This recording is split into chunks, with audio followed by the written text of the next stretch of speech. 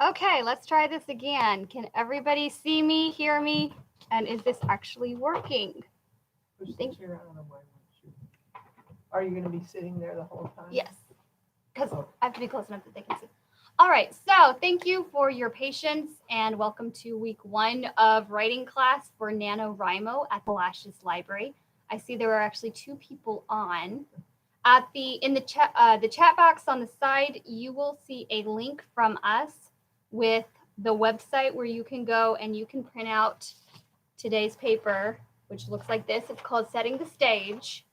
And if you don't have access to a print, don't worry about it. Just grab your choice of writing instruments, and we're going to go through some exercises to help you guys first decide how much description to use in your opening scene or whatever scene you happen to be working on. We also have a different thing we've designed just for this group, which is this. Okay, thank you. It's already set right. And we're all going to start here. And every 1,000 words, you get to advance. So the way you're going to show me how much words you're on, starting with what you did yesterday. Doesn't count if whatever you've ever written. Yeah, it's only this November. Only this November. So there is a link on the place that you're going to go and you'll see a group that we have set up on the official Nano site. And you can join that group and update your word count at the end of the day. So I'll go ahead and move your little pieces. We're going to use Scrabble pieces with the first letter of your name. So let me know your name, and hopefully we don't have any repeats. Yes, sorry. So we're a bit out of sync here, but we're going to start with setting stage. Oh, by the way, I'm Lindsay Backen, and this is Vicki Jane Mosier, and we are both novelists. So the heart of the story revolves around the hopes, struggles, emotions, and goals of a character. But why would we start this course with setting if characters are the most important thing? Well, have you ever read a novel and it just has so much description that you get bogged down in the storyline? Or you're reading along and you get confused because the character just magically appears in a different location, or you're imagining them sitting in a restaurant and then suddenly they're in a bedroom and you weren't expecting it. So today we're looking at how to balance that line of description, too much and not enough. And the way we're doing this is we're going to pretend that you are designing your story firstly as a film. And so for the first exercise we have, we're actually going to write a list of everything that you can see in the scene that your story opens in. So hopefully by now you've at least come up with a character in a setting. Question. Can you set that for 2 minutes? Yes. Your phone? Oh, good. Yes. Can I just put whatever scene I'm working Yes, on? yes. You just whatever scene you're currently on. This is kind of to get you some brain juice to get you started for today's writing session. So we're going to take 2 minutes. Do you need to clear it? Oh, how do you push scene? Press both of them at the same time. Oh. Okay. And then just minute and start. Okay, so now we've set it for 2 minutes. If you don't have this paper, just write a list of everything that you can think of that your character, that an audience member would see if they were sitting on stage. And you can also think of what they might hear in this scene.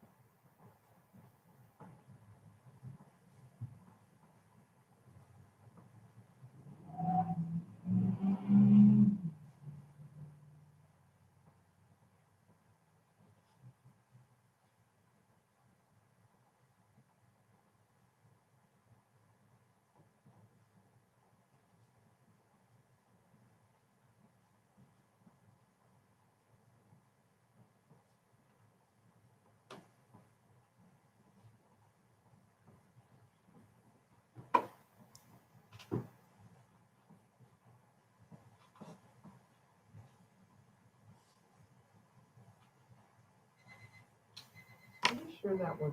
Okay, we've got 2 minutes, so go ahead and finish up. And you can always go back and finish this whole thing later, but we want to make sure we get through everything today. All right, so the next thing we're going to do is now you're going to think like a director. So obviously you don't want to spell out every single detail that is around your character, but you want to decide which details are the most important to tell your characters. And if you guys have questions, feel free to put them in the chat and I will try to answer them. So exercise 2 would be to choose a list of items. So think back over your list, or if it pops in your head and it's not on your list, that's fine. But you want an item that sets a sense of location. For example, a chiming bell on a door would convey instantly that a character at a table is in a business and not in his kitchen. So if you can look at one of your items, you want to share what yours is?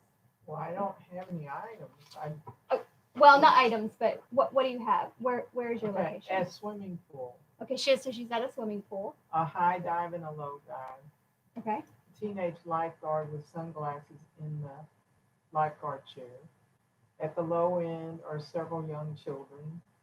Right in the middle are a couple of teenage girls giggling at the lifeguard, gossiping and giggling. A soda machine, a snack machine, and a cigarette machine. Then the bell rang. Okay, that's actually great. And that was the olden days when they still had cigarette machines. Anybody could. But that's perfect because that's what we need in the next thing. So your first one would probably be like the high dive. Mm-hmm. That gives you an instant like, okay, we're not in somebody's backyard, mm-hmm. unless it's a rich and fancy. And my character is he's at the side of the highway right after a forest fire. So I would probably focus on the burned trees of the forest, which gives you kind of an instant, okay, we're outside, we're in the wilderness.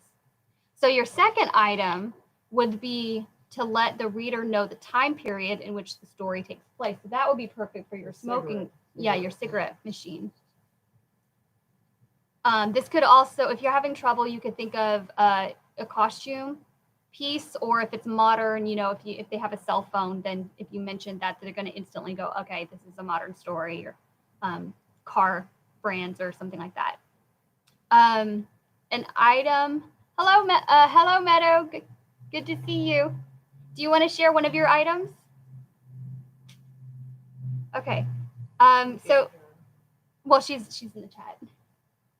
So an item that gives clues about the history of the character.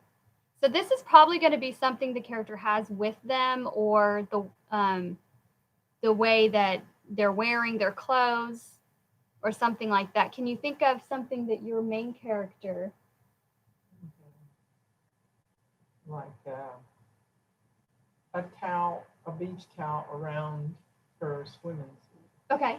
Is that? Yeah, kind of like what color it would be, or would it be ratty, or would it be new? It would. Okay, so you could specify that it's a worn or faded beach towel, and then we instantly know a little bit about her background.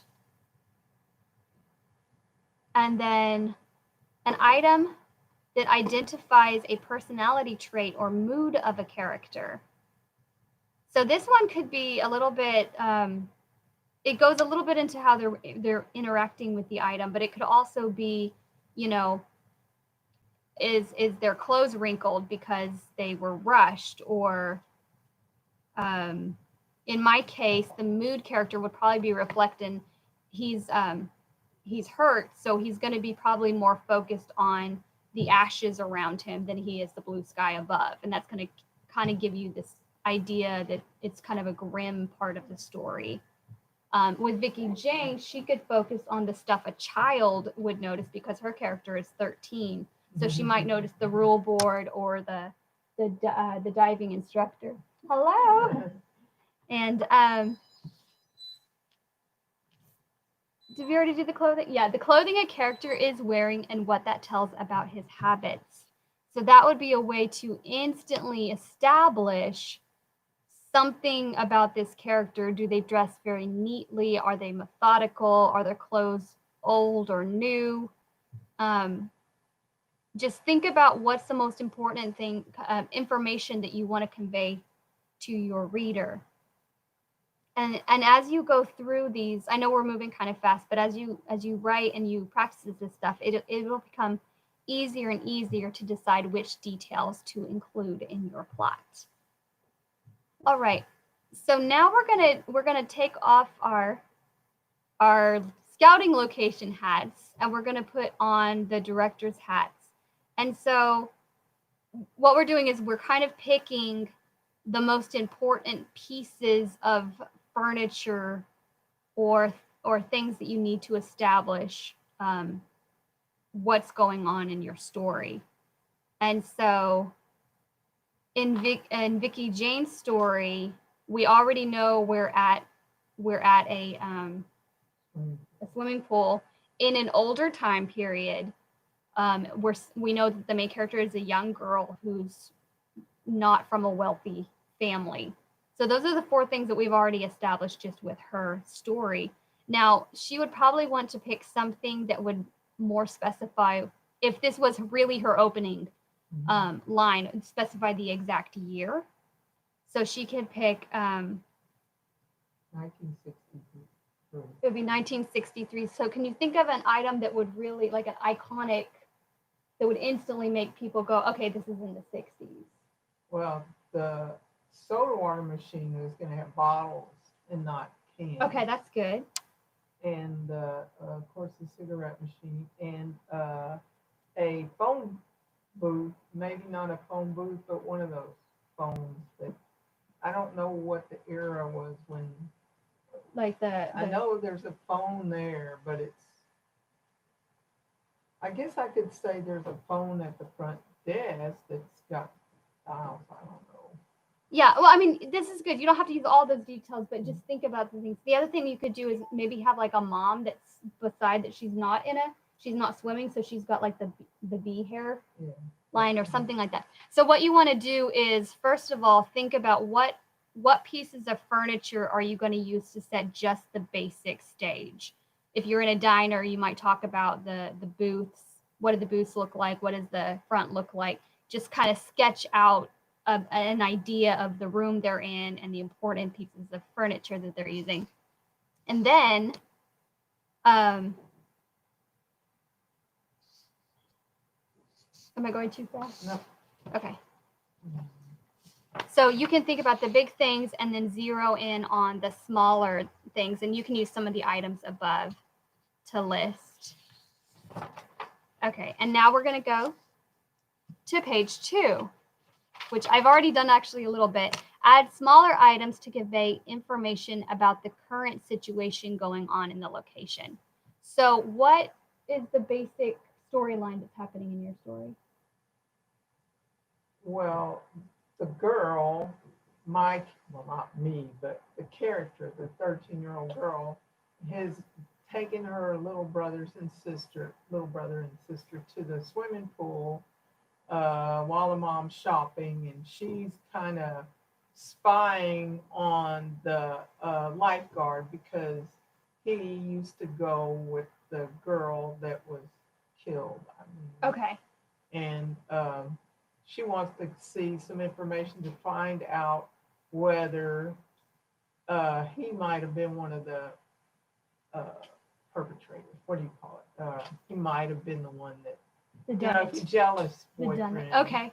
And so who done it? Essentially, her young character witnessed a crime, and now she's playing her own Nancy Drew to figure out the story. Right. So the smaller items you might use is maybe a little pad, a small pad.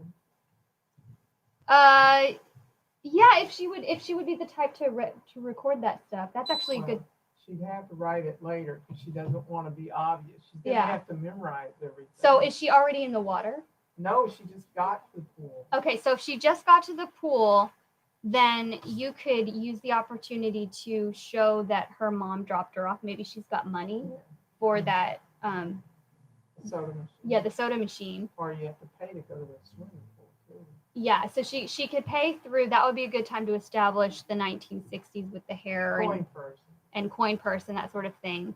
And then her little brothers can be, at her. They want snacks, they want in, and she's distracted because she's trying to answer them, but she's also analyzing what the guard is doing. So if you think about smaller items that could convey that kind of information, yours is a little hard because she's not going to have a lot with her in the pool. Well, the children have their towels, and she has to gather them up so they don't accidentally dump them in the water. Yes, and then you can also think about and their flip-flops. What can you say about the lifeguard? What can you show that she's seeing that would clue us in on what his personality is? Well, he's tan, and he shirtless, trying to show off his muscles, and his hair is combed very neatly. He's wearing sunglasses, and he's got flip-flops on, and he's trying to give a pose of, a real lifeguard, trying to look tough and trying to pretend like he's watching what the kids are doing. Okay, so he's going to be a bit of an authority figure more than distracted by the girls pulling at the bottom. Yeah, he's not paying attention to them. So the detail you might want to focus on is his, if he's wearing. Oh, and the whistle. Yeah, if he's wearing a whistle, because that would be a symbol of like, this is my job and I'm taking this seriously. So that could be one of your items. And then a smaller item also could be, if you wanted to include that she is taking notes on him, maybe she's tucked that into her towel. So she's going to set the towel at the edge. And just, the necklace, I guess she doesn't have that anymore. Okay, so that wouldn't be in this scene. Well, she has it, but she doesn't have it. Okay, so the next thing we're going to do is get the feel of the place. You can convey the same sort of information through the senses of your characters and your readers.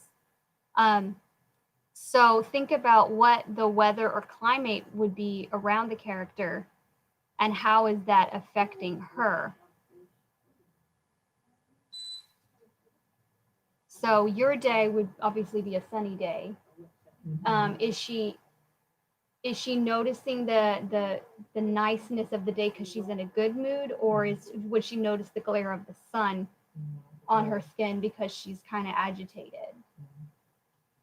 It's 6:30.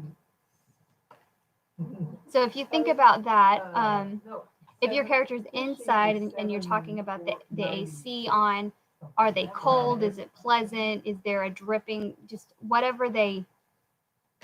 First of all, how that would affect them physically. For instance, my character might be struggling if he's walking through this because everything's been recently burned. So if he steps on a charred log or something, is it going to collapse under his feet? So you want to think about those kind of details of how your character is going to interact with his atmosphere. And then take that a step further. What sensory images could you use to convey your character's mood? So if your character's in a good mood, he's probably going to be noticing the nice things around him.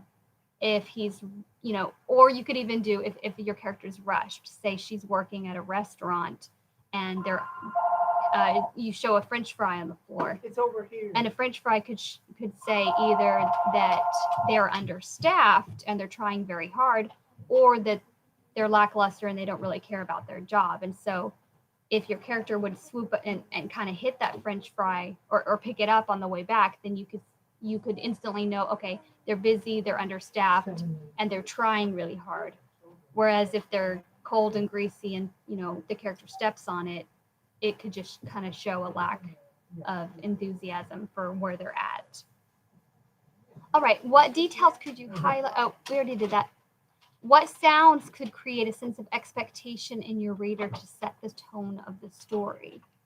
And so in Vicky Jane's case, if she was going to set this up to be a fun scene where the character meets her best friend and it's a little bit of a lull in the storyline, then she could focus on the laughter of the kids.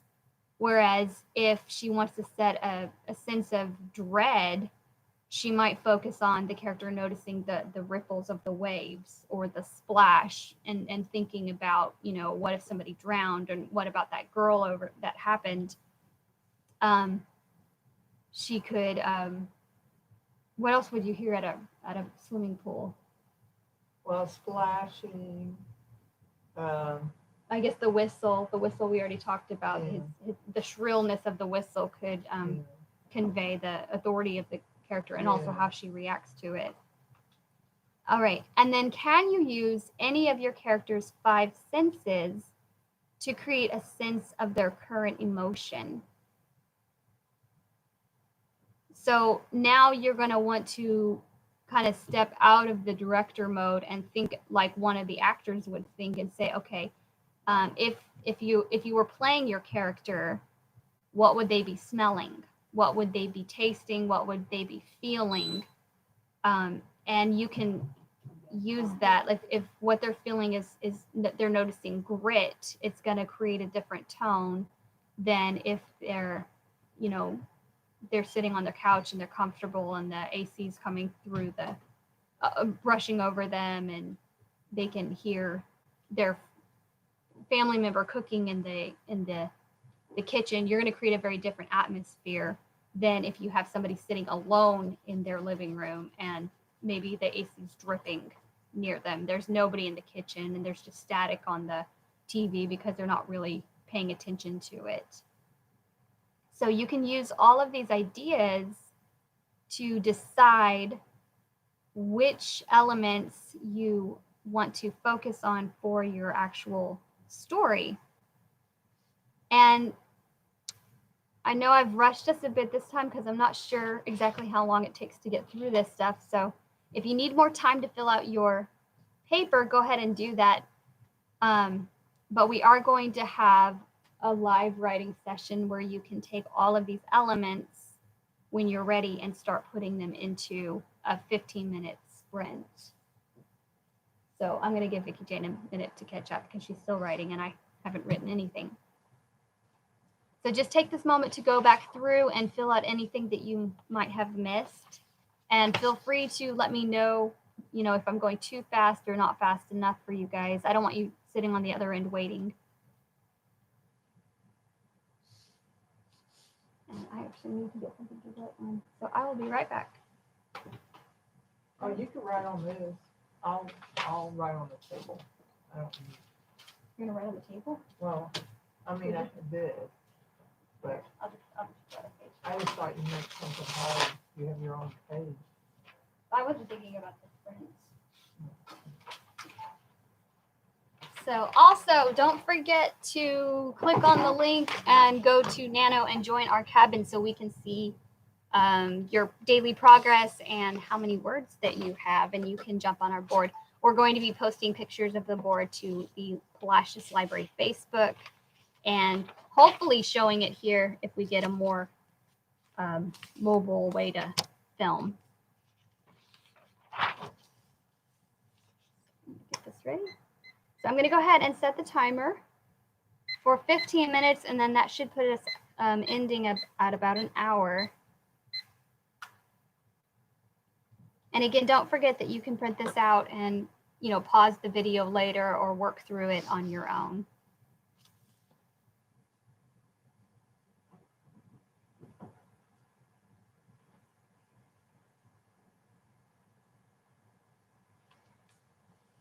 And so just feel free to ignore me chatting if you're working on your stuff. But if you're waiting with me, I'm going to explain a little bit more about how I could do this with a scene. So let's say there's a scene.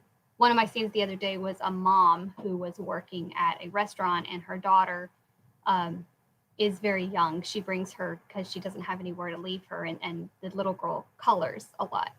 And so opening this scene, I wanted to convey that she's rushed. She's a good mom, but she's trying very hard to keep her job. And the more I did this exercise, getting it ready for you guys, the more I realized that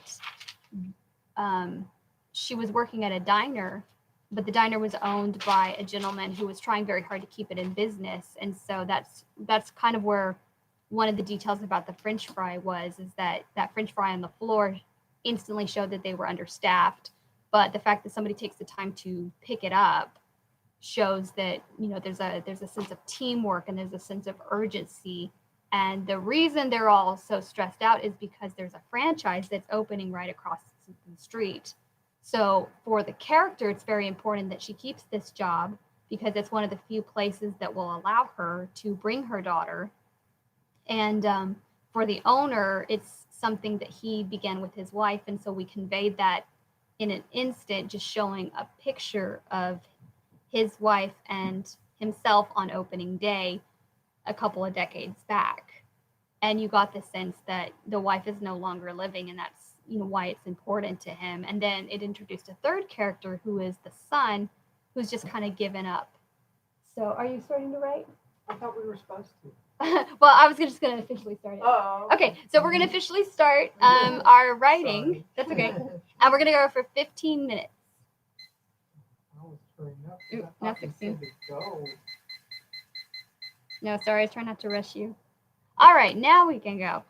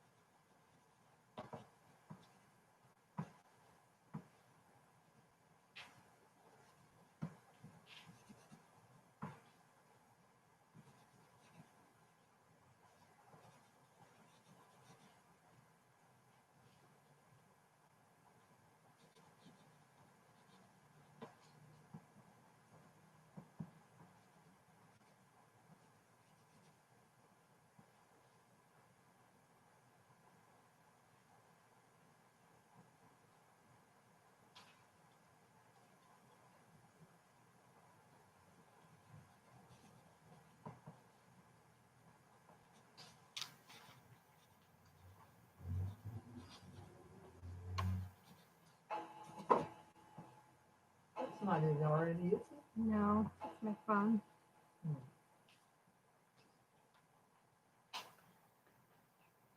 We got 5 minutes.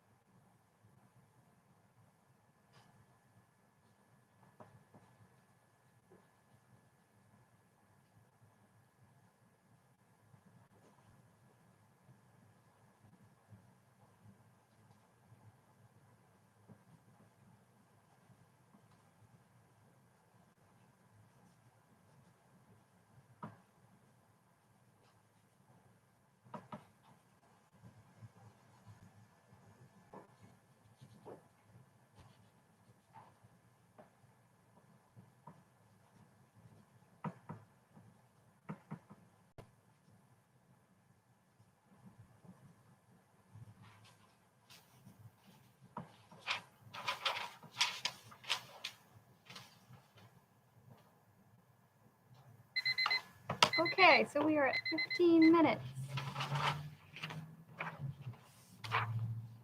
How did that go for you? Are you asking me? Or Yes. Pretty good. Okay, so one of the things I found, that was actually a little hard to explain out of context.